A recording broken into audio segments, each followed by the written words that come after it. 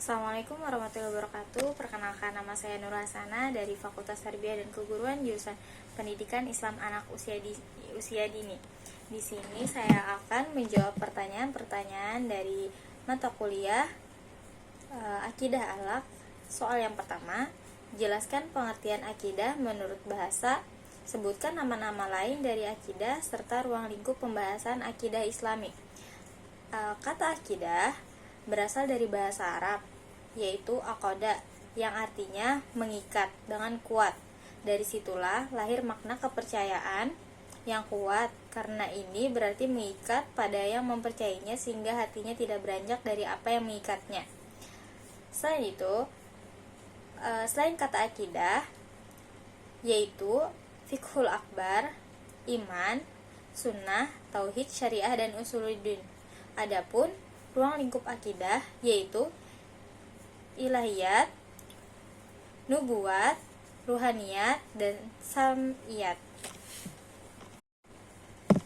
Pertanyaan yang kedua yaitu, sejak kapan fitrah beragama bertauhid itu sudah ada pada manusia? Jelaskan dengan menggunakan dalil nakli Al-Quran atau hadis, dan apa saja faktor penyebab dari terjadinya penyimpangan fitrah tersebut. Dalam suatu hadis diriwayatkan oleh Imam Bukhari dan Imam Muslim, Nabi Muhammad SAW bersabda, setiap manusia dilahirkan ibunya di atas fitrah, kedua orang tuanya yang menjadikannya Yahudi, Nasrani, atau Majusi. Mengutip dari hadis di atas, bisa dinyatakan bahwa fitrah agama itu seperti anak yang baru lahir. Jika orang tuanya beragama Majusi, maka dia akan ikut Majusi. Jika Nasrani, maka dia pun akan ikut Nasrani. Begitu juga agama yang lahir dari penciptaan Tuhan, yang mana agama tersebut terbentuk karena adanya penyembahan kepada Tuhan. Faktor terjadinya penyimpangan fitrah dikarenakan pemikiran-pemikiran kalangan yang lebih radikal terhadap pemikirannya. Soal yang ketiga yaitu apa yang dimaksud dengan tauhid rububiyah dan uluhiyah. Sebutkan masing-masing dua ayat Al-Quran yang berhubungan dengan istilah tauhid tersebut. Tauhid rububiyah atau rububiyah Allah adalah mengesahkan Allah dalam 3 perkara, yaitu penciptaannya, kekuasaannya, dan pengaturannya. Adapun ayat yang berhubungan dengan tauhid rububiyah yaitu dari Quran surah Al-Ikhlas ayat 1 sampai 4 yang berarti, katakanlah, dialah Allah yang Maha Esa. Allah adalah Tuhan yang bergantung kepadanya segala sesuatu. Dia tidak beranak dan tidak diperanakan, dan tidak ada seorang pun yang setara dengannya. Ayat yang kedua yaitu dari Quran surah Luqman ayat 25 yang berarti, dan sungguh jika engkau Muhammad tanyakan kepada mereka, siapakah yang menciptakan langit dan bumi? Tentu mereka akan menjawab, Allah. Katakanlah, segala puji bagi Allah, tetapi kebanyakan mereka tidak mengetahuinya. Adapun arti dari tauhid uluhiyah adalah mengesahkan Allah dalam bentuk beribadah hanya kepadanya. Sebagaimana di dalam surah Al-Fatihah ayat 5 yang berarti, hanya kepadamu ya Allah kami menyembah, dan hanya kepadamu ya Allah kami meminta.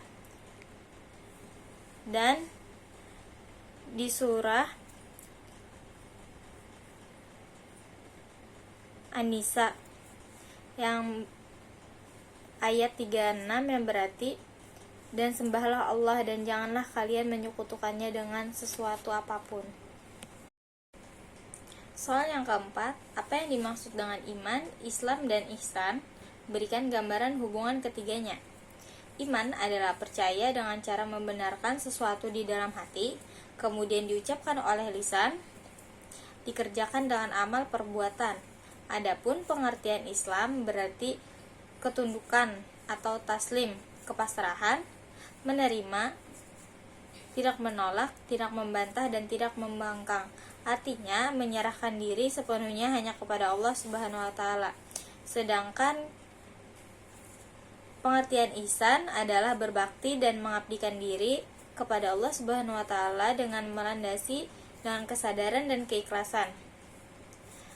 Gambaran dari iman, Islam, dan ihsan juga dapat disebut sebagai suatu bangunan dari umat muslim. Iman menjadi sebuah pondasi, Islam menjadi tiang-tiangnya, dan ihsan sebagai atapnya.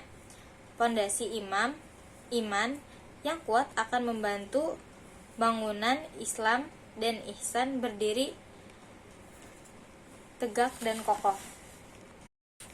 Adapun soal yang terakhir yaitu jelaskan bagaimana penanaman nilai-nilai keimanan pada masa peranatal dan bisakah janin mendapatkan pendidikan sejak dalam kandungan, yaitu bagaimana nilai-nilai keimanan yang bisa ditanamkan, yaitu adalah ketika seorang ibu mendoakan anak agar sehat hingga masa persalinan, kemudian seorang ibu menjaga kehamilannya dengan makan makanan yang mengandung nutrisi yang baik dan halal, mendekatkan diri kepada Allah dengan melaksanakan kewajiban ibadah wajib maupun sunnah, dan mendengarkan tilawah atau musik klasik ketika anak berumur 4 bulan, maka mulai mendengar alunan ayat-ayat suci Al-Quran ataupun salawat. Selain itu, musik klasik juga dipercaya dapat mengasah otak kanan anak. Terima kasih. Assalamualaikum warahmatullahi wabarakatuh.